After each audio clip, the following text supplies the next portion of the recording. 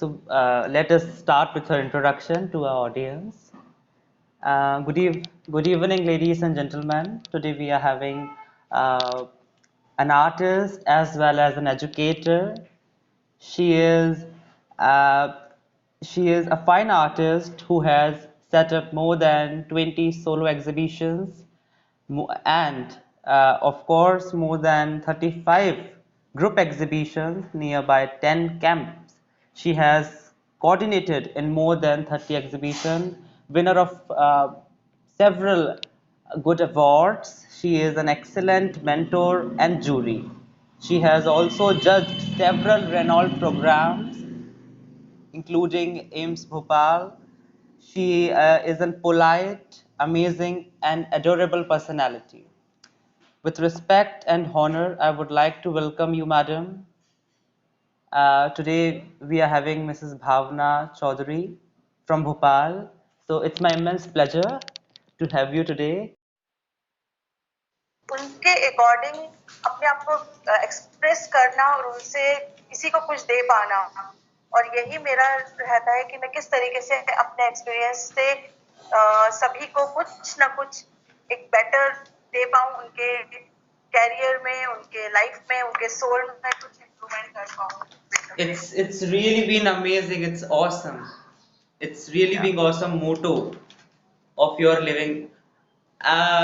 इसी के साथ my next question would be, tell us something about your childhood, from where you are, how you started, what is your aim, as every child have certain different aims और बाद में वो बदल जाते हैं situations के हिसाब से. बिल्कुल, definitely. Yeah, so from you.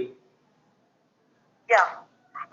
About my childhood, मेरा बचपन जो था वो बहुत खूबसूरत रहा है, बिकॉज रीजन ये कि घर में जो एक माहौल था रंगों से भरा हुआ था, और ऑल आर क्रिएटिव. मेरे ग्रैंड पेरेंट्स, मेरे पेरेंट्स सब बहुत ही क्रिएटिव एंड बहुत ही आर्टिस्टिक नेचर के लोग थे. कुछ नया, कुछ जिंदगी में कुछ नया, कुछ क्रिएटिव होना चाहिए, कुछ एक्स्ट्राऑर्डिनरी होना चाहिए जो नॉर्मल लोगों से हटके हो.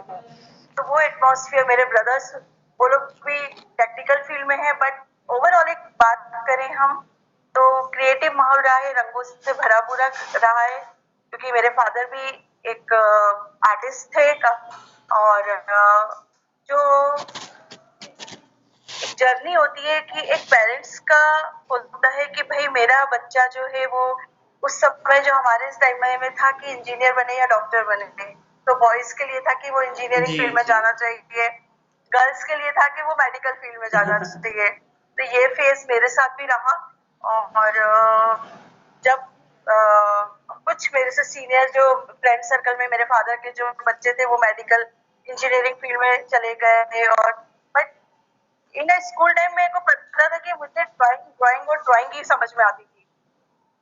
साइंस लिया, 11th-12th में साइंस लिया मुझे जोर शोर से, बट साइंस थोड़ी पढ़ती नहीं थी, मैं पीछे जाके बैठ जाती थी और सब बच्चों की फाइलें कंप्लीट करती थी, उनके डायग्राम्स ड्रॉ करती थी, आगे वो लोग क्वेश्चन अपने थ्योरी क्लास अटेंड करते थे.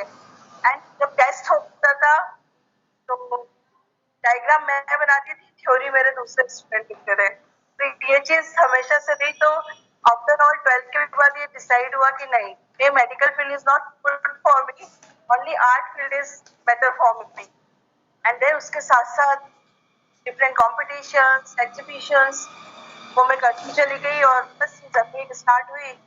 काफी रिकमेंडेशंस भी मिले, आर्ट्स भी मिलना शुरू हुए. तो ये चीज समझ में आ गई कि नहीं, मेरा जोन जो है सिर्फ आर्ट है और पेंटिंग है. आर्ट में एक जोन की पेंटिंग है, क्योंकि मैंने म्यूजिक भी लिया था, बट समझ में आ गया नहीं यार, music is not good for मी, मेरे लिए सिर्फ पेंटिंग ही है best. Yes. Music is music is difficult, but art is more difficult. हर इंसान की अपनी अपनी चॉइस होती है. कुछ पीपल होते हैं जिन्हें गॉड गिफ्ट होती है वॉइस. सो वन ऑफ बिल्कुल. दैम एक हमारे so Smita Nagdev ma'am is one of them. She plays very well yes. As you know. Yes. आपकी तो बहुत अच्छी फ्रेंड है वो. So you have listen some of time. Most of them. Yes. So, madam, who are your idols and inspiration? Is there someone जिसने आपको inspire किया हो to be an artist, to be in art, या फिर कोई भी ऐसा व्यक्ति जो आपको रेगुलर लाइफ में जिसे हम देखते हैं, जिसके जो हमें इंस्पायर करता है, किसी भी और से हम उस व्यक्ति को सुनना ज्यादा पसंद करते हैं, ऐसे किसी व्यक्ति की आप किसी को इंक्लूड करना चाहें? इंस्पिरेशन की बात यहाँ ऐश्वर्या आती है, तो कई बार हम एग्जाम टाइम में ये सुनते हैं, मैंने और से देखा है कि कोई पर्सन हम सोचते हैं कि ये इंस्पायर है, बट मैंने अपने आप को जज किया है. मैं अपने आप को हर टाइम हर एक फेज में अपने आप को जज करती हूँ कि मैं कहाँ पे किस तरीके से इस पर स्टैंड कर रही हूँ, मुझे आगे और क्या करना है और कैसे करना है. तो यहाँ पे इंस्पिरेशन है. तो आपका जो वर्क है, स्पेशली आपका प्रैक्टिस, आपका तो कुछ आपकी क्रिएटिविटी, क्योंकि मैंने जैसे बताया कि घर में माहौल पूरा आर्ट का था, पेंटिंग्स का था, रंगों का था, तो लगातार काम करते जाना, रेगुलर हैबिट थी मेरी कि रेगुलर स्केचेस करते जाती थी. एंड घर पे आर्टिस्ट लोगों का आना जाना होता था, फादर के फ्रेंड्स वगैरह, उन लोगों ने जब मेरे काम देखा, मेरे वर्क्स को देखा, they told me all discuss और सीनियर आर्टिस्ट मैं फादर कि कुछ इसके वर्क्स में बात है तो इसको आगे ले जा सकती है. तो बस ओनली दिस सेंटेंस क्लिक किया मेरे माइंड में कि यार कुछ तो मेरे में बात है जो मैं इस फील्ड को चूज कर सकती हूँ. तो एक पर्टिकुलर पर्सन इंस्पायर्ड नहीं था, वो सब इतने रिनाउंड आर्टिस्ट और उनका जो डिस्कशन था मेरे वर्क्स के बारे में, उन शब्दों ने मुझे सबसे ज्यादा इंस्पायर किया अपने आप को इस फील्ड में आगे ले जाने के लिए. और बात रही कहीं ना कहीं फिर भी हम किसी आर्टिस्ट को बोलते हैं, तो मैं ये किसी पर्टिकुलर आर्टिस्ट का नाम नहीं लूंगी, क्योंकि मुझे आर्ट वर्क जब मैं देखने जाती हूँ किसी गैलरीज में या बुक्स देखती हूँ या पढ़ती हूँ उनके बारे में, तो ईच एंड एवरी पर्सन जिसके बारे में पढ़ रही हूँ या जिसका काम देखती हूँ, कहीं ना कहीं किसी न किसी पॉइंट पे मुझे इंस्पायर करते हैं, और उसको मैं ग्रास्प करती हूँ, उनकी जो ब्यूटी ऑफ एक्सप्रेशन होता है उनको. yes. It really sounds amazing. वाकई this is a truth factor कि हम किसी एक इंसान से कोई इंसान इंस्पायर नहीं हो सकता. We are inspiring from different different people in different different ways. हर इंसान बिल्कुल, के अपने डेफिनेटली. तौर तरीके होते हैं और वो उन तरीकों से हमें इंस्पायर करता है. As your hair style is really very amazing, as from your DP और from each and picture I am just looking and it's really being awesome. Like my next question is madam, अभी politics का काफी ज्यादा माहौल है हम कह सकते हैं. मध्य प्रदेश में तो नहीं बट उत्तर प्रदेश में, यूपी में, and similar as in MP, education का इस बार फैक्टर बहुत ज्यादा यूथ द्वारा उठाया जा रहा है. तो what are the consequences that you prefer कि एजुकेशन में क्या बदलाव होने चाहिए, एजुकेशन पैटर्न में क्या बदलाव होने चाहिए?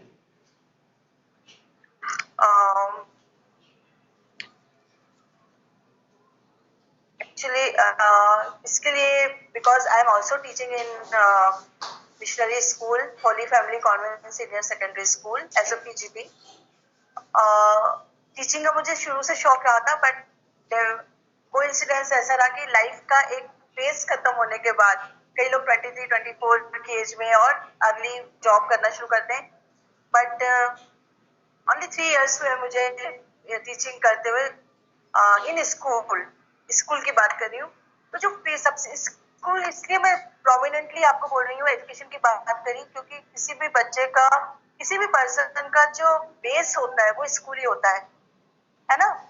स्कूल में जो डिफरेंट डिफरेंट टीचर्स होते हैं, लेकिन वो जो एटमॉस्फेयर पॉलिटिकली जो क्रिएट हो रहा है एजुकेशन सिस्टम में, वो जो इफेक्ट डाल रहा है टीचर्स के ऊपर भी और बच्चों के ऊपर भी, चिल्ड्रंस के ऊपर भी, वो ये है कि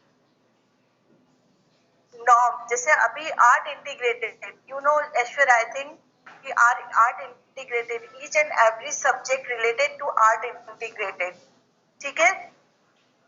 बनाने वालों ने नियम कायदे बहुत बना दिए हैं कि each and every subject art integrated क्या होना चाहिए, सीबीएसई के सर्कुलर्स आ रहे हैं स्कूल्स में, सब हो रहा है। बट यहाँ पे एक पॉलिटिकली जो लोग हैं उनको ये बहुत बड़ा स्टैंड लेना होगा कि यदि हम एजुकेशन सिस्टम को बेटर करना चाहते हैं तो सबसे इम्पोर्टेंट है टीचर्स को वो फैसिलिटीज प्रोवाइड कराए जाए एजुकेशन के लिए कि वो best teacher, according best teacher, सभी ऑल आर बेस्ट टीचर्स, क्योंकि हमने कोरोना टाइम पीरियड में देखा है कि 24/7 वर्क किया है टीचर्स ने भी, उनकी भी मेहनत को कोई इग्नोर नहीं कर सकता, और इस फेज को आज भी हम लोग फेस कर रहे हैं। लेकिन यहाँ पे एक सबसे बड़ा एक बात आती है कि गवर्नमेंट की तरफ से टीचर्स को फैसिलिटी ऐसी प्रोवाइड कराया जाए जिससे कि वो अपने आप को और इम्प्रूव कर सके to teach to the students. And one part is art integrated, मैंने बोला है, तो आने वाला समय जो शायद आ चुका है कि art, each and every field belongs to art, कोई भी, और आज भी ये चीज है। बट एजुकेशन में पॉलिटिकली सिर्फ नियम बना दिए, निकाल दिए, कोर्स चेंज कर दिया, बुक्स चेंज कर दी, दूसरी चीजों को क्राइटेरिया, बट वो जो according to the Indian society education का क्या सिस्टम होना चाहिए, उसको जो हमारे पुराने गुरुकुल और इसमें जो पैटर्न होता था बच्चों को टीच करने का, उसको भी ध्यान में रखते हुए पॉलिटिकली जो लोग हैं उनको थोड़ा सा ध्यान देना जरूरी है, और ये तभी होगा जब सभी लोग इसके लिए एफर्ट करेंगे, जो एजुकेशन से जुड़े हैं वो भी और जो नहीं हैं वो भी, है ना। Definitely definitely. Bhavna ma'am, I think आप फोन पर मीटिंग अटेंड कर रहे हैं। Yes, yeah so can you please आप फोन को हॉरिजॉन्टली डाइवर्ट कर ओके, दीजिए। ठीक है, इट्स ओके। या एक wait a minute.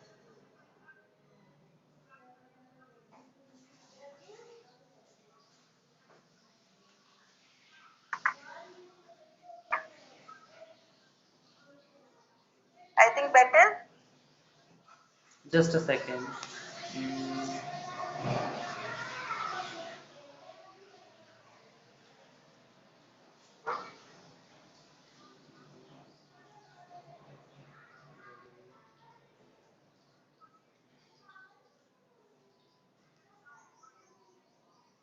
Uh, I am sorry, but please put as parallel again, like वैसे ही जैसे था आपका.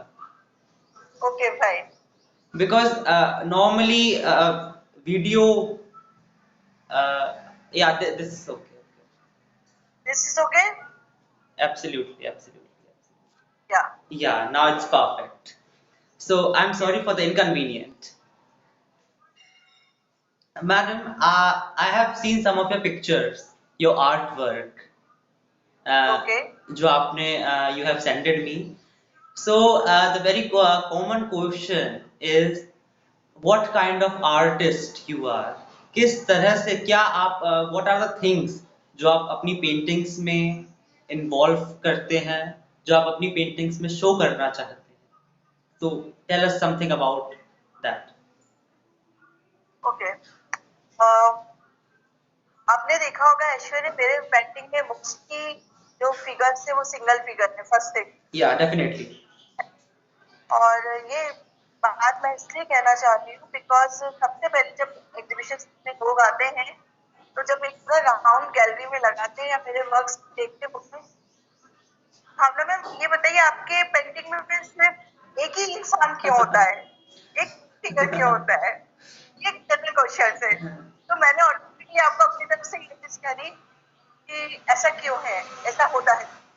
इसका रीजन ये है कि वो कहीं ना कहीं इंडिविजुअली मैं अपने आप को प्रेजेंट करती हूँ किसी भी फॉर्म में, वो स्टूडेंट के फॉर्म में हो सकता है, as a mother, as a father, as a teacher, as a beggar, as a simple मेहनत करने वाला मजदूर है, कोई भी उसके थॉट, वो क्योंकि एक आर्टिस्ट होता है, वो भी कहना चाहिए आर्टिस्ट है तो वो राजा भी है और एक मजदूर भी है, दोनों चीजें हैं, ठीक है।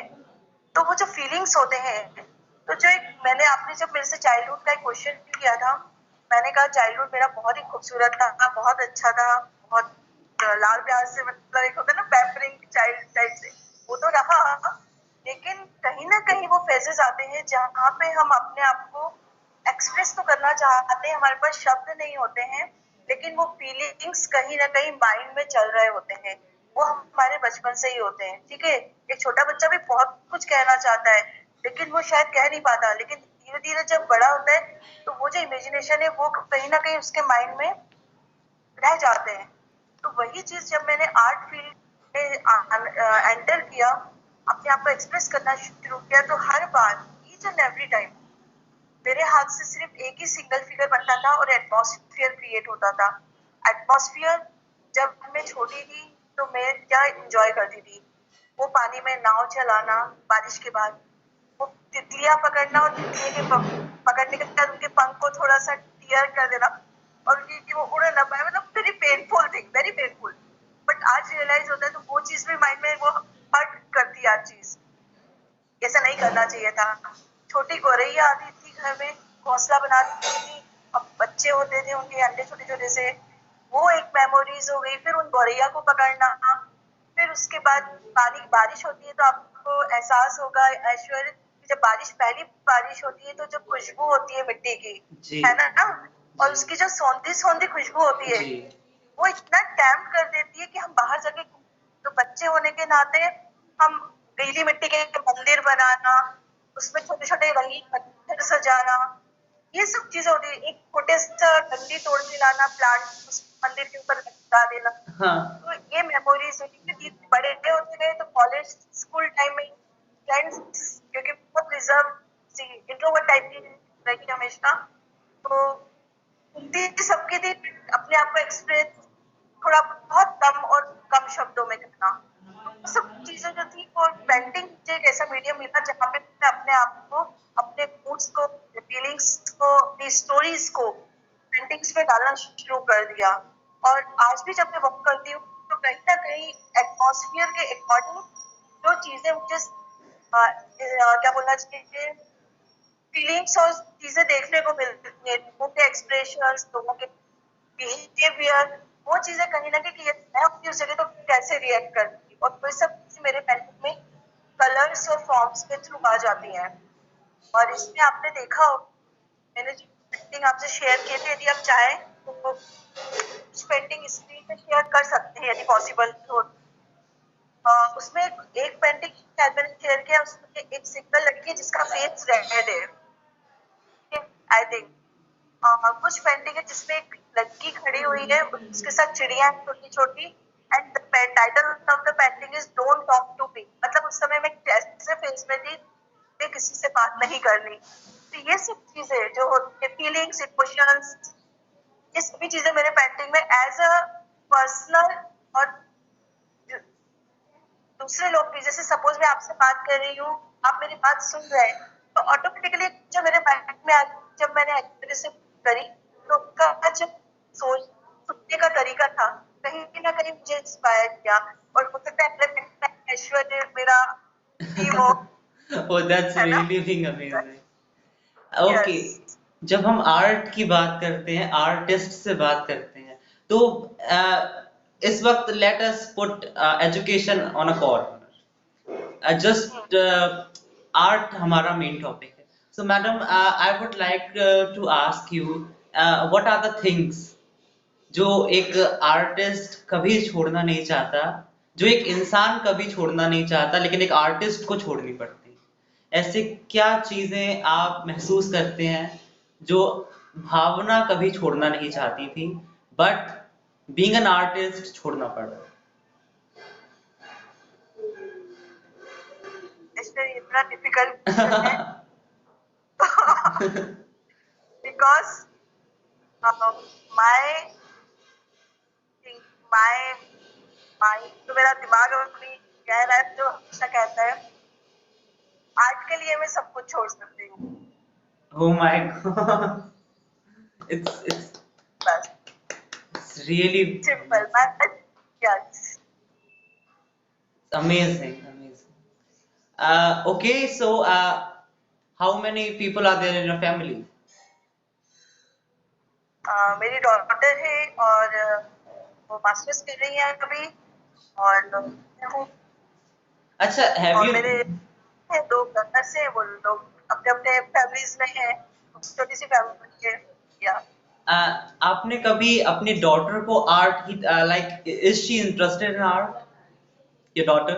Yes Okay. या she is very good artist and she's more focused on social sociology Yeah, subject is sociology.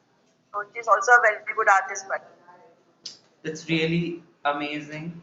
Madam, as many of times you organize many of exhibitions, और आई थिंक आपने भोपाल तो लगभग भोपाल तो पूरे ही कवर किया हुआ है। I have seen your CA most of the renowned places you have exhibited there, वहाँ एग्जीबिशंस आप कर चुके हैं and most of the places in India as well, Hindustan में भी कई okay, जगह आपने एग्जीबिशन।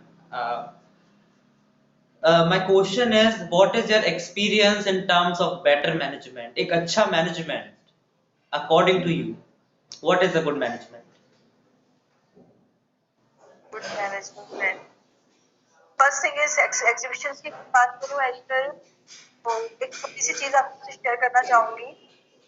जब मैंने आर्ट फील्ड में एंटर किया था, इतना बचपन से ही काम करते हैं आर्ट पेंटिंग में, बट पर्टिकुलर प्रोफेशनल तरीके से, तो 94 इज द ईयर 1994 जब मैंने सीरियसली यस मुझे इसी में कुछ करना है और आगे बढ़ना है,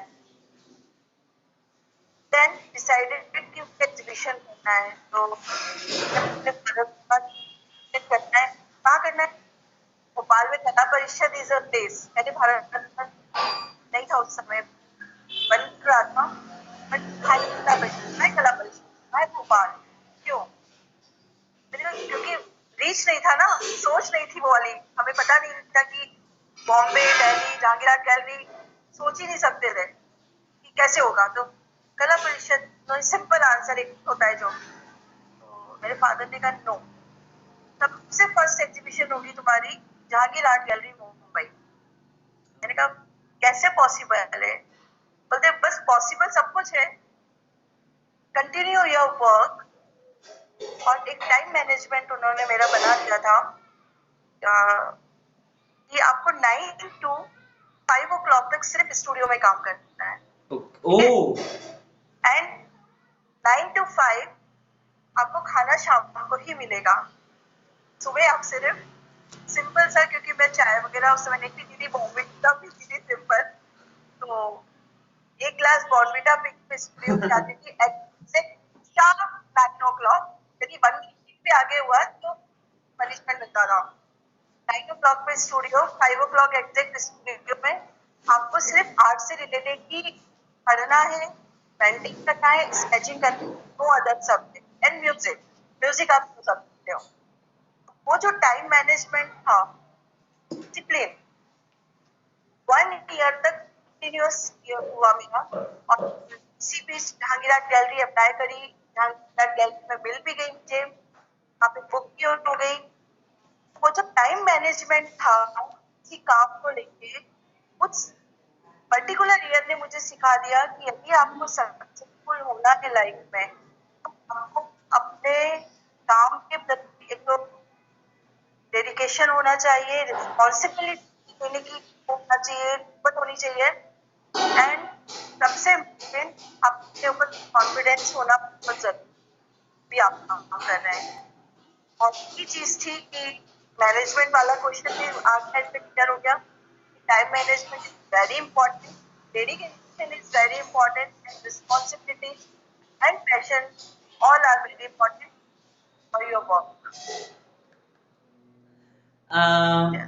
पैंडेमिक में what you have done in the pandemic when सब घर में बंद थे at that period of time, कई लोगों ने तो बड़े अच्छे से वेस्ट किया, फोन के डबल डबल डाटा यूज किए।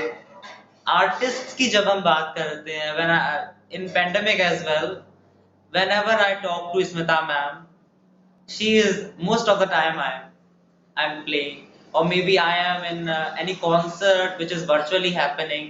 Like artist वो थे जो फ्री नहीं थे, वो खुश थे कि हमें खुद से मिलने का मौका मिला है। This is the time. आपने उस वक्त आपने कैसे what kind of creativity you have done?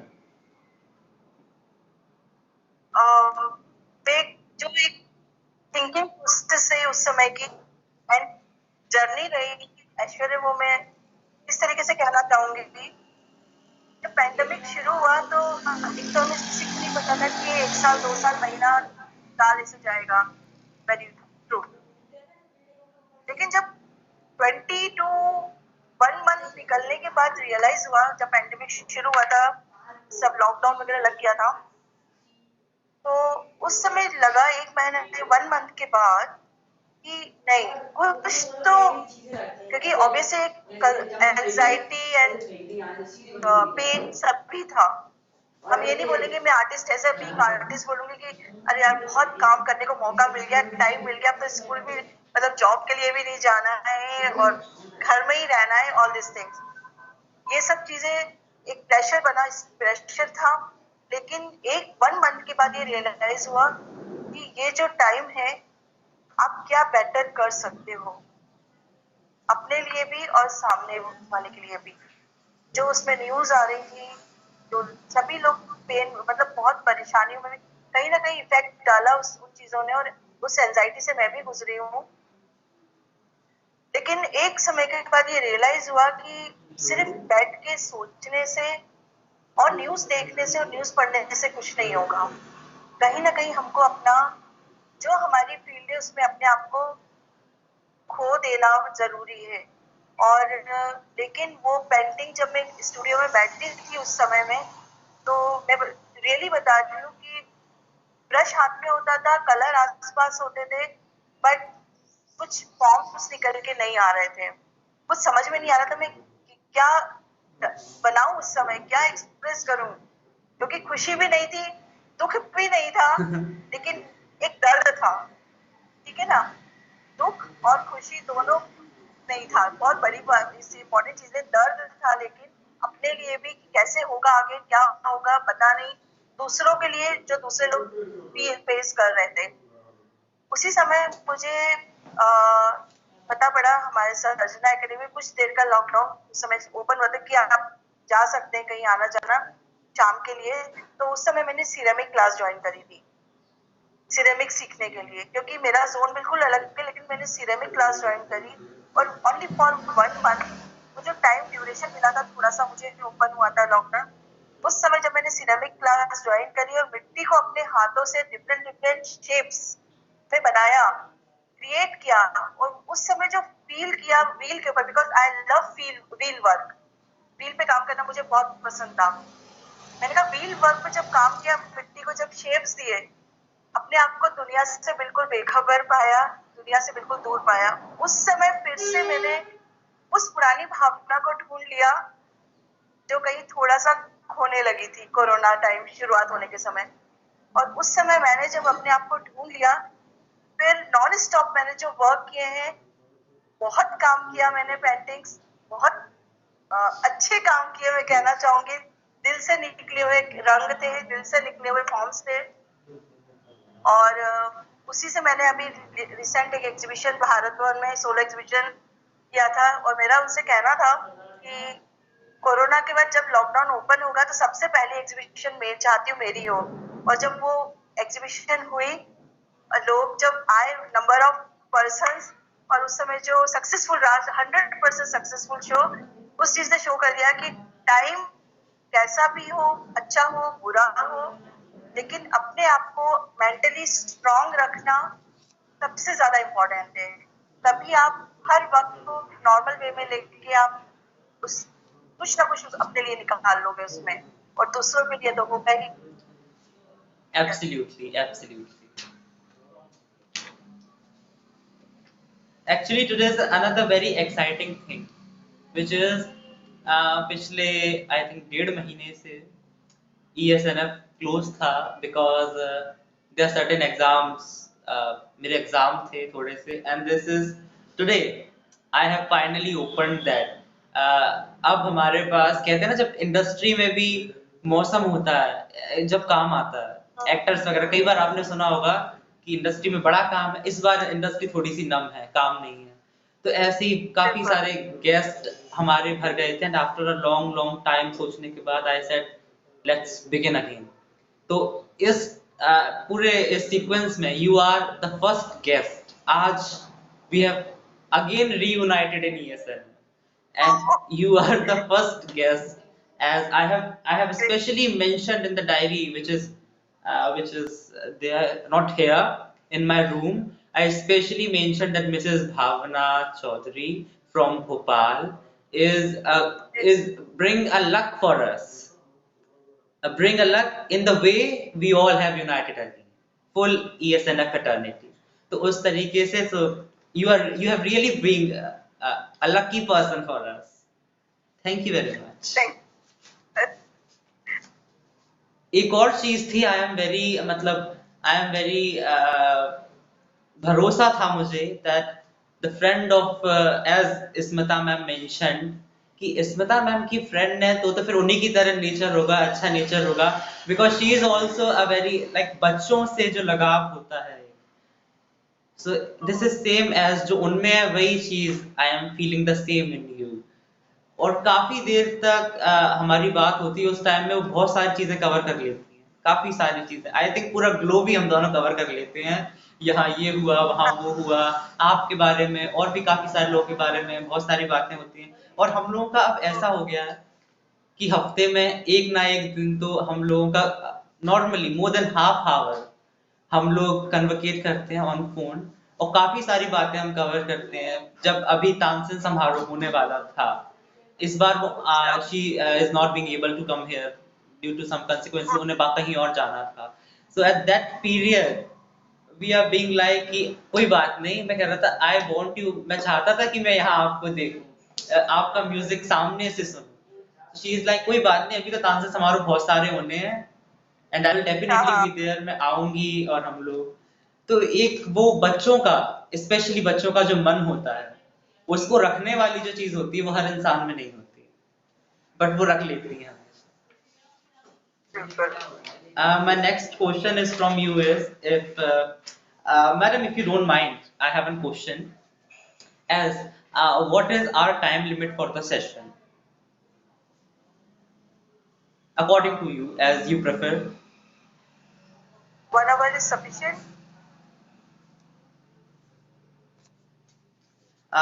The another thing is that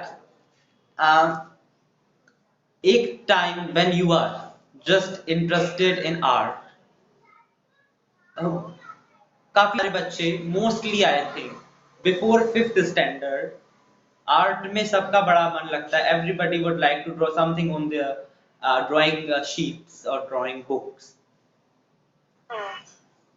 exhibition set करने का आइडिया कहाँ से आया, टू सेट एग्जीबिशंस, एक लाभ, बिकॉज एक हॉल को फुल्ली डेकोरेट करना विद पेंटिंग्स, इसके लिए एक बड़ी संख्या में पेंटिंग्स का होना भी जरूरी है, उसके लिए उन्हें बनाना भी जरूरी है। तो ये किस तरीके से सीक्वेंस में आया? इसके ऐश्वर्य, कोई भी चीज होती है, कोई भी जब हम शुरू करते हैं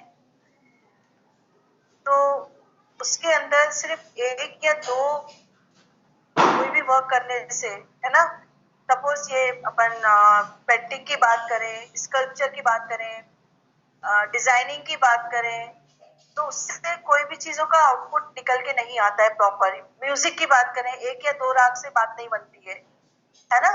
हमारे पास lots of ideas, lots of imaginations जो होते हैं, उसको वन बाय वन जब हम पेपर पे, मैं एक पेंटर की तरह बात अभी कहना चाहूंगी, स्कल्पटर की तरह, कि जब तक हम कंटिन्यूअस काम नहीं करेंगे तब तक हमें पता ही नहीं चलेगा कि हमारा बेस्ट क्या है। ठीक है।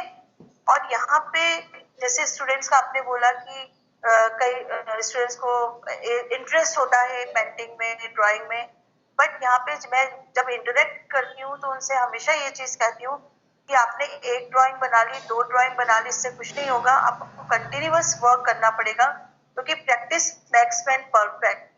ठीक है। एक सिंपल सेंटेंस में यहाँ पे ऐड कर रही हूँ, बिकॉज वन बाय वन आज मैंने जो वर्क बनाया है, नेक्स्ट मेरा वर्क जो होगा, बिकॉज पैशन और डेडिकेशन क्या है, what is passion, what is dedication, कि उस काम को किए बगैर हमें नींद नहीं आती है, उस काम को किए बगैर हम खाना खाने की इच्छा नहीं होती है। तो जब तक हम उस काम को नहीं कर लेंगे तो उसके बाद हम तभी हम अपने आप को, लाइफ को सक्सेसफुल मानेंगे। तो यहाँ पे कंटिन्यूअस वर्क होते हैं, और जब कंटिन्यूअस वर्क्स जब हम देखते हैं, सपोज हमने 25 वर्क्स बना लिए, 25 वर्क्स बन गए, उसके बाद देखा कि यार इन 25 कामों में से ये जो 8 काम है या 10 वर्क्स है is best of my life. ठीक है। उन बेस्ट वर्क को देख के और इंस्पिरेशन मिलता है कि नहीं, और बट यहाँ पे एक क्वेश्चन आता है कि अब इन वर्क्स का होगा क्या। तो उसके लिए सबसे इम्पोर्टेंट होता है कि exhibit our creativity, where we exhibit it। तो उसके लिए गैलरीज हैं, इम्पोर्टेंट मेन यही गैलरीज ही बोलेंगे हम, गैलरीज ही अवेलेबल है। गैलरीज में शो लगाना मीन्स होता है कि आप अपने आइडियाज, अपने एक्सप्रेशंस, अपने इमेजिनेशन को जब लोगों से शेयर करते हैं और जब लोग देखने आते हैं, तो कहीं ना कहीं हर इंसान में एक बच्चा छुपा होता है, वो थॉट्स और इमेजिनेशन होते हैं जिसके बारे में मैंने पहले बात करी, और वो जब से अपने आप को रिलेट करता है, एक एज एन आर्टिस्ट, वो सबसे बड़ी सक्सेस होती है एक आर्टिस्ट की। यार जैसे मैं सोचती हूँ या सोचता है वो व्यक्ति, वो दूसरे लोग की उस स्पेस से निकले हैं, उसको इमेजिन करते हैं। सपोज मैं एक बात करूँ एक सिंगल वर्क की, लट्टू चलाते हैं, है ना, धागे में, वो आपने देखा है, यो यो बोलते हैं जिसको, में लट्टू होता था लकड़ी का। उस मैथमेटिक्स में मैंने वो लट्टू बनाए हुए थे विथ एंजल, एंजल फॉर्म में। मैम आपने ये लट्टू बनाया, इससे क्या रिलेशन है आपका? मैंने कहा वो लट्टू से रिलेशन ये है कि आज तक वो लट्टू मुझे चलाना नहीं आया। ठीक है। उसको धागा बांध के। तो आज भी मेरे ये पैशन है कि लाइफ के एंड तक वो कुछ सीख जाऊं कि एक बार अपने लट्टू को हाथ में मैं चला सकूं, है ना, वो फील जो आता है उसका चलते हुए। ये जो छोटी छोटी सी लाइफ की चीजें होती है, मेमोरीज, ये आप जब अपने एग्जीबिशन लगाते हो तो दूसरे लोग भी जो उस फीलिंग को एक्सप्रेस नहीं कर पाते, जो उन्होंने अपने आप को खुश महसूस किया है ना। अब यहाँ पे ये बात आती है कि हर थोड़ा सा मैं इसमें एक ऐड करूंगी कि कोई भी पैशन हो या कुछ भी हो, उसको लोगों के सामने लाना बहुत जरूरी है। ठीक है। और सिर्फ उस पैशन या उस इंटरेस्ट को घर में ही सीमित रखेंगे तो वो चीज आप एक्सप्लोर भी नहीं कर पाओगे। तो मेरे पेरेंट्स से भी मेरी ये रिक्वेस्ट होती है, और जो आर्ट फील्ड में स्टूडेंट्स है, कि exhibit your work, show your work to the senior artist, show your work to the art lovers, है ना। तो ये चीज बहुत इम्पोर्टेंट है, एग्जीबिशंस वगैरह करना is very important for this particular reason. Yes, That's really very. Uh, एक जो बड़ा एक आर्टिस्ट जो होता है, जो कैनवास पे कई चीजें उतारते हैं आर्टिस्ट, अब ये हम लोगों की जो नॉर्मल लोग होते हैं, we have never seen canvas, we have never seen paintings on canvas, लेकिन एक ख्याल आता है कि अच्छी बनती हैं एक अच्छी बनती है तो उसके लिए 3 बिगड़ती भी तो है। तो वो 3 ऑफ कोर्स। बिगड़ी हुओं का क्या होता है? क्या करते होंगे? इतनी लार्ज स्केल पे बनाते हैं जो बिगड़ती, उनका क्या करते होंगे? जो बिगड़ जाती है आज की डेट में, बिगड़ती बहुत है अभी भी, सेटिस्फेक्शन नहीं होता है, नहीं यार ये कुछ तो भी गलत हो गया है, तो उसको स्टूडियो में हम लोग रखते हैं। स्टूडियो मेरा यहीं पर है, मैं आपको दिखाऊंगी भी अभी। स्टूडियो में वो पेंटिंग सेफ रहते हैं, ठीक है, अच्छा। क्योंकि पेंटिंग करने के बाद नहीं ऐसा नहीं, ऐसा ये कलर नहीं, ये कलर ये, लेकिन एट लास्ट ये होता है कि यार इस पेंटिंग में मजा नहीं आया, कुछ तो भी गड़बड़ हो गई है। और उस समय जो मेंटल स्टेटस होता है वो बड़ा स्ट्रेसफुल होता है, स्ट्रेस रहता है। सबसे सिंपल आंसर होता है उसका कि उस पेंटिंग को बंद करके डंप कर दो, ठीक है। और ये मैं करती हूँ। उस पेंटिंग को एटलीस्ट 2 और 3 मंथ्स बाद या 1 ईयर के बाद जब वो पेंटिंग फिर से सामने आता है वापस, यार इसमें यदि ये होता तो और मजा आता है। Then again work on that particular बिगड़ा हुआ पेंटिंग के ऊपर फिर से वर्क होता है, एंड उसके बाद बहुत ब्यूटीफुल वर्क के रूप में वो सामने आता है। तो बिगड़ा हुआ पेंटिंग कभी भी, ये नहीं कहूंगी बिगड़ा है, उसको सिंपल सा, यदि आपसे कोई काम बिगड़ गया है, पेंटिंग बिगड़ गया है आजकल, तो उसको संभाल के रख दो और भूल जाओ बस। अच्छा। दैट्स और देन दूसरा आइडिया आता होगा कि अब उसे वापस उठा लेते हैं, अब उसमें क्रिएटिव करते हैं, या फिर हाँ, वो फिर हट ही जाता है? नहीं हटता नहीं है, वो अगेन फिर से आता है, क्योंकि जब हम लोग एग्जीबिशन वगैरह के लिए सिलेक्ट करते हैं पेंटिंग अपने स्टूडियो से कि ये बेस्ट है, ये बेस्ट है, लेकिन उस समय भी वो पेंटिंग हमारी नजरों के सामने से क्रॉस होता जरूर है, यार इसमें ये कमी है, नेक्स्ट एग्जीबिशन के लिए इसमें हम फिर से काम करेंगे, then again we use for exhibition. तो ये होता है। Definitely, definitely. कितने साल हो गए आपको आर्ट में, एज एन आर्टिस्ट? मुझे 28 ईयर्स हो गए इस फील्ड में। Oh my God.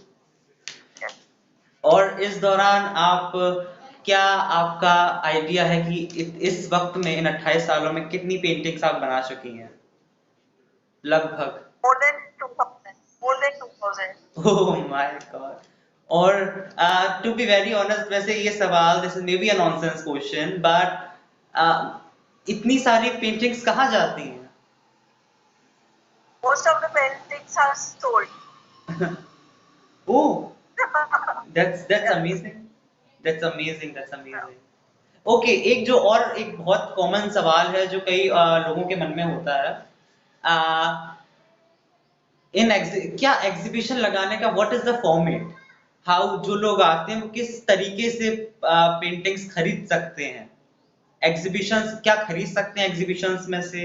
जब हम एग्जीबिशन लगाते हैं तो उसके क्या तरीके होते हैं? एग्जीबिशन लगाने से पहले किस तरीके से, क्या आपका माइंडसेट रहता है, किस पिक्चर को क्या, क्योंकि ये भी एक बड़ी चीज होती है कि हमने किस पेंटिंग को कौन सी जगह दी, किस पेंटिंग का क्या औधा है, औधों के हिसाब से।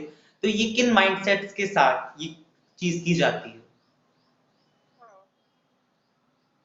इसके लिए सबसे इम्पोर्टेंट, जैसे मैंने बताया, आपने एग्जीबिशन का पूछा, तो सबसे इम्पोर्टेंट होता है कि एक आर्टिस्ट को ये चीज डिसाइड है जो पेंटिंग कर रहा है कि उसको यदि शो करना है तो कहाँ करना है, ठीक है। ये बहुत इम्पोर्टेंट होता है। यदि मैंने कला परिषद सोचा था पहले, तो कला परिषद के अकॉर्डिंग हाँ भोपाल में एग्जीबिशन लगी, लेकिन जहां मेरे माइंड में ये चीज हो गई कि जहांगीर आर्ट गैलरी इन मुंबई या ललित कला एकेडमी इन दिल्ली या पणजी गोवा में है, according to the gallery atmosphere वहाँ का, इमेजिन, यस मैं अपने, यदि जहांगीर आर्ट गैलरी है, जहांगीर आर्ट गैलरी इसलिए मैं बार बार बोल रही हूँ क्योंकि एक हर आर्टिस्ट का ड्रीम होता है वो जहांगीर में शो लगाए, मुंबई ललित कला अकेडमी दिल्ली में शो लगाए, गोवा में हो गया, बेंगलोर ऐसी सिटीज है, पौंडीचेरी हो गया, तो according to the atmosphere, according to the city, हमें वहाँ का आर्ट कल्चर ऑलरेडी नोज, और नहीं पता है जिनको, वो भी उसके बारे में आज तो सब चीज अवेलेबल है लोगों से डिस्कस करके कि क्या माहौल है वहाँ के। और सबसे इम्पोर्टेंट होता है, एक सिंपल सा सेंटेंस ये बोलूंगी कि मैं, सबसे इम्पोर्टेंट होता है व्यक्ति चाहता है कि उसका पेंटिंग यदि लगा रहा है तो सेल भी हो, बिकॉज वो खर्चा भी बहुत करता है एग्जीबिशंस वगैरह के लिए, है ना। तो ऑब्वियसली वो अपने बेस्ट वर्क लेके जाएगा, लेकिन गैलरी में जब हम जाते हैं वॉल, ब्लैंक वॉल के साथ, ऑटोमेटिकली ऐश्वर्य, ये मेरा एक्सपीरियंस है कि दीवारें आपसे कह देती हैं कि ये पेंटिंग यहाँ लगेगा, ये पेंटिंग यहाँ लगेगा। ये मेरा खुद का एक्सपीरियंस है। अमेजिंग। और दीवारें आपसे बात करती हैं, और ऑटोमेटिकली वो इतना प्यारा अरेंजमेंट होता है एग्जीबिशन में, मतलब लगता है कि ये पेंटिंग इस दीवार के लिए, इस कॉर्नर के लिए ही बना था। और वो जो कन्वर्सेशन है वो सिर्फ आर्टिस्ट और दीवारों के और पेंटिंग के बीच होता है, और किसी के बीच नहीं होता। डेफिनेटली ये भी एक बहुत कॉमन फैक्टर देखा जाता है कि एक आर्टिस्ट जब पेंट कर रहा होता है वो खो जाता है कई बार, ध्यान नहीं रहता। सम ऑफ द टाइम व्हेन कोई उसे बुलाता है, उन्हें बुलाता है कोई, तो इतना ज्यादा खो जाना किसी चीज में।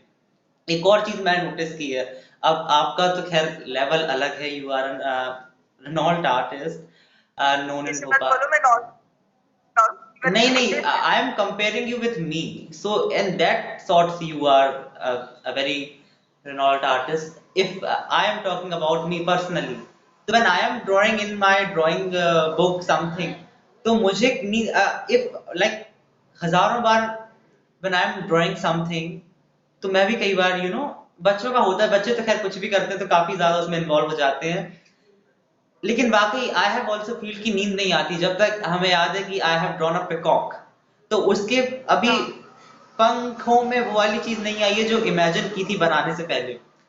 तो ऐसा रियली जो बना रहा होता है उसी का उसकी पेंटिंग्स के साथ होता है, और ये आज प्रूफ हो गया एज फ्रॉम योर सेंटेंस। काफी सारी चीजें आज हमने जानी आर्ट के बारे में जो रियली ऐसे जानना काफी मुश्किल थी, ये किसी और को बुलाते तो भी शायद मुश्किल थी, लेकिन आपने बहुत बखूबी आपने बहुत अच्छे से एक्सप्लेन किया एवरीथिंग। और मुझे नहीं लगता कोई भी ऐसा सवाल होगा जो या कोई सवाल अगर आप समझती हैं कि जो किसी भी न्यूली आर्टिस्ट के या नॉर्मल पर्सन के माइंड में आता है रिगार्डिंग एन आर्टिस्ट, कोई ऐसा सवाल अगर आप इस पर बात करना चाहें। नहीं, ऐसा कोई क्वेश्चन नहीं है मेरे लिए, किसी और आर्टिस्ट के लिए। बट आपको यदि कोई क्वेश्चन और है मेरे से पूछना चाहते हैं तो डेफिनेटली आप पूछ सकते हैं। अभी तो फिलहाल काफी सारे क्वेश्चंस हमने क्लियर किए, बेशक if you don't mind then as you mention can you show us your studio if you can. Yes yes, अभी बिल्कुल मैशअप है मेरा स्टूडियो, और ये पेंटिंग्स किस तरीके से रखे हुए हैं, कैसा स्टूडियो पूरा भरा हुआ है।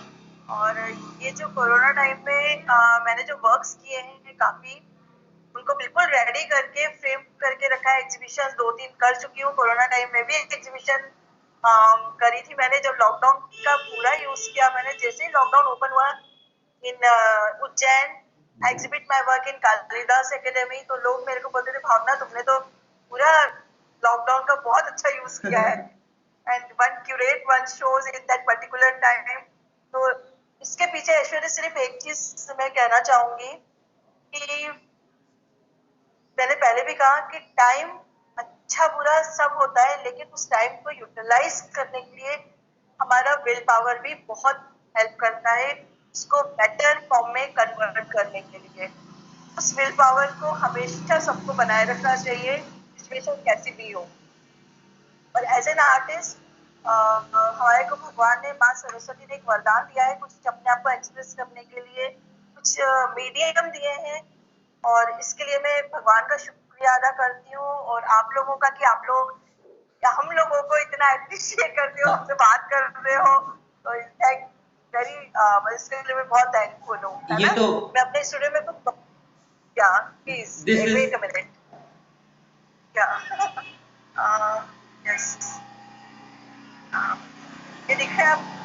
is my studio.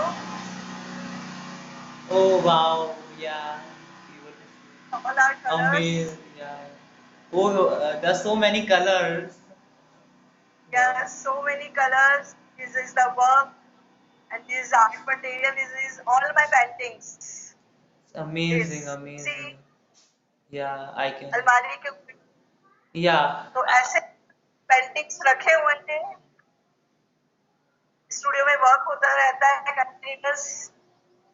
Yes. I wish I can ever attend any of your exhibition if I ever been able to Definitely, attend. Uh, definitely. एक बहुत अच्छा मैसेज डिटर्मिनेशन और डिटर्मिनेशन के लिए स्पेसिफिकली आपने दिया हमारी ऑडियंस को. कोई ऐसा मैसेज जो आप न्यूली आर्टिस्ट को देना चाहें, जो आर्ट में तो इन्वॉल्व होना चाहते हैं और सिर्फ इसलिए नहीं होते बिकॉज सोसाइटी का कहना होता है that art is inferior if क्योंकि जब बच्चा कहता है कि मैंने आर्ट लिया है 11th में, तो ऐसा सो मेनी ऑफ टाइम आपने भी सुना होगा सोसाइटी के हिसाब से जो बच्चे मैथ्स या बायो लेते हैं, साइंस, वो ज्यादा सुपीरियर होते हैं then anybody who has taken art. तो जो इन बातों को सुन के और बच्चों के दिमाग में एक सबसे बड़ा जो सवाल होता है वो यही होता है क्योंकि उनके पास कोई होता नहीं है जो खुद जैसे if today I have you, I can ask what ever I want to you. So मेरे डाउट ऑटोमेटिकली जो मेरे पास थे मैंने उन्हें क्लियर किया. बट एक बहुत बड़ी अगर पॉपुलेशन हम देखें तो ये ऐसा नहीं है लोग अच्छा बना नहीं रहे हैं, ऐसा नहीं है लोग अच्छा गा नहीं रहे हैं, लेकिन प्रॉब्लम वहां होती है जहां डायरेक्शन नहीं मिलता. तो जो लोग बिल्कुल ये सोच definitely. के आर्ट या म्यूजिक या किसी भी और फील्ड में अच्छे होकर भी नहीं जा पा रहे हैं कुछ कंफ्यूजन को लेके, तो उन लोगों को आप क्या अपनी तरफ से उन्हें क्या कुछ इंस्पायरिंग कहना चाहेंगी, कुछ बताना चाहेंगे? हाँ, इसके लिए एक्चुअली ऐसे में कई स्टूडेंट्स मेरे पास हैं और कई लोग ऐसे जुड़े हुए हैं जो आर्ट फील्ड में बहुत कुछ करना चाहते हैं. उनका बहुत अच्छा वर्क भी है, लेकिन अकॉर्डिंग टू द सर्कमस्टेंसेस ये होता है कि पेरेंट्स के लिए सबसे बड़ी क्वेश्चन होता है कि आर्ट से क्या, आर्ट में फ्यूचर क्या है. First thing. Then second thing होती है आर्ट में फ्यूचर के बाद में इनकम कितनी है, सरवाइव कर पाएंगे कि नहीं कर पाएंगे. क्योंकि जो स्टूडेंट आर्ट लेते हैं या आर्ट में अपना करियर बनाना चाहते हैं तो सबसे पहले क्या होता है कि बच्चा जब सब्जेक्ट सिलेक्ट करता है तो उनसे सुनने से ज्यादा पेरेंट्स लोग रिश्तेदारों से और उनसे सजेशन ज्यादा लेते हैं कि अरे उनके बेटे ने देखो तो आईआईटी किया तो आज उसका पैकेज ये है, उसका पैकेज ये है, ये इसमें क्या है ना, वो बच्चे से. तो मेरा सबसे पहला पॉइंट ये है कि जो भी स्टूडेंट, जो भी न्यू कमर्स आर्ट में अच्छे हैं, आर्ट फील्ड में अपना कैरियर बनाना चाहते हैं, वो अपने पेरेंट्स भी उनको समझे, उनसे डिस्कस करें. और ईच एंड एवरी पेरेंट्स से मैं रिक्वेस्ट करती हूँ कि वो लोग अपने बच्चों की बात ज्यादा सुने, वो क्या चाहते हैं. और यदि आर्ट फील्ड में जाना चाहते हैं तो उनकी भी रिस्पॉन्सिबिलिटी बनती है कि वो खुद भी सर्च करें कि आर्ट फील्ड में कौन लोग हैं, कैसे होता है, क्या होता है. क्योंकि मैं ये नहीं कहूंगी कि आर्ट फील्ड बिल्कुल जीरो है. आर्ट फील्ड में एमएफ हुसैन, इंडियन आर्टिस्ट की बात करूंगी, रजा, नयम मेहता, रॉबिन डेविड सर जो है अभी स्कल्पचर में, they all are very good artist. बहुत अच्छी अर्निंग भी है, ऐसा नहीं है, पैसा भी है इस जी फील्ड में. बिल्कुल. लेकिन उसके लिए आपको डेडिकेशन, पैशन, विल पावर रखना बहुत जरूरी है. और पेरेंट्स का support is very important. Parents को अपने बच्चों को समझना होगा और उनके पैशन को आगे बढ़ाने के लिए उनका ही मतलब उन्हीं का सपोर्ट जरूरी है, एक दूसरे का. रिश्तेदार, नाते रिश्तेदार बहुत सजेशन देते हैं, बट सबकी अपने अपने सर्कमस्टेंसेस होते हैं, सबके अपने अपने चॉइसेस होती हैं. हर किसी की व्यक्ति की चॉइस सेम नहीं होती है ना. तो आपको अपने आप को एक्सप्रेस करना भी बहुत जरूरी है. और कई बच्चे ऐसे जो सिर्फ शौक में आर्ट ले लेते हैं, लेकिन उनको समझ में आता है कुछ दिन बाद कि यार he is very good in art, क्योंकि एक स्टूडेंट है जो अब उसको समझ में आ रहा है 12th क्लास कि ma'am I am very good in art, क्यों मैंने मैथ्स ले लिया, है ना। तो मैंने कहा नहीं, आपने मैथ्स ले लिया है तो सरवाइव करने के लिए भी चीजें जरूरी है, तो आप इस पैशन को जारी रखना, लेकिन सरवाइव करने के लिए यदि आप अदर सब्जेक्ट में भी आगे कर सकते हो तो इट्स ओके, बिकॉज आर्ट ऐसा सब्जेक्ट है जहाँ पे कोई लिमिटेशन नहीं है, ना एज लिमिटेशन है, ना टाइम लिमिटेशन है, और ना सर्कमस्टेंसेस की लिमिटेशन है। तो आप अपने दूसरे पैशन के साथ भी इस पैशन को बखूबी फॉलो कर सकते हो, with full of happiness and full of money, तो आएगा ही आएगा, ये पैशन अच्छा होगा बिल्कुल तो, है बिल्कुल ना। बिल्कुल। आज के सेशन में कोई कमी अगर आपको लगी हो तो उसे मेंशन करना ऐश्वर्य, चाहें। you're not audible. आज के सेशन में कोई कमी अगर आपको लगी हो, आप मेंशन करना चाहें स्पेसिफिकली, तो प्लीज। नहीं, कुछ नहीं, बहुत अच्छा सेशन था and I am very grateful to you कि you select me for this session. Yeah today आपसे बात करके बहुत अच्छा लगा, डेफिनेटली, इसमें तो कोई शक है नहीं, दो राय नहीं है। काफी सारी बातें जानने को मिली, काफी सारी चीजें समझी, और बहुत बखूबी आपने समझाया, इसमें भी कोई दो राय नहीं है, बहुत अच्छे से और बहुत डीपली। बहुत अच्छा लगा आपसे बात करके पूरे सेशन में। And the another thing is that आपके घर में भी काफी सारी पेंटिंग्स लगी हुई हैं, I can see in back of you. तो ये तो एक आर्टिस्ट की निशानी होती है कि वो सबसे पहले कहाँ अपने घर पे सारी चीजें ट्राई की जाती हैं।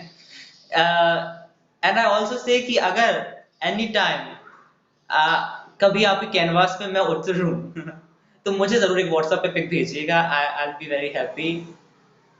I wish you will keep rising, keep claiming. बहुत अच्छे आप अभी भी हैं, and I wish फ्यूचर में भी काफी नाम हो आपका, देश और दुनिया में हम आपको देख पाएं, सुन पाएं। Thank you very much for connecting us today. If you don't mind, then आज का सेशन हम यहीं खत्म करते हैं। Thank you very much for your precious time. Thank thank you you. So Thanks a much, है lot. ना। कभी आप ग्वालियर आए तो जरूर बताइए। जरूर जरूर। ऑफ कोर्स, और कभी अगर आप ग्वालियर में एग्जीबिशन सेट करने की सोचें तो आप ग्वालियर को भी अपनी एक प्रायोरिटी समझिएगा, क्योंकि ऐश्वर्य, मैं आपसे एक चीज क्लियर करना चाहती हूँ, मेरी फर्स्ट प्रायोरिटी अभी ग्वालियर ही है। अमेजिंग अमेजिंग अमेजिंग इसके लिंक एक दूसरे को कनेक्ट हुआ, है ना। Amazing. Thank you very much.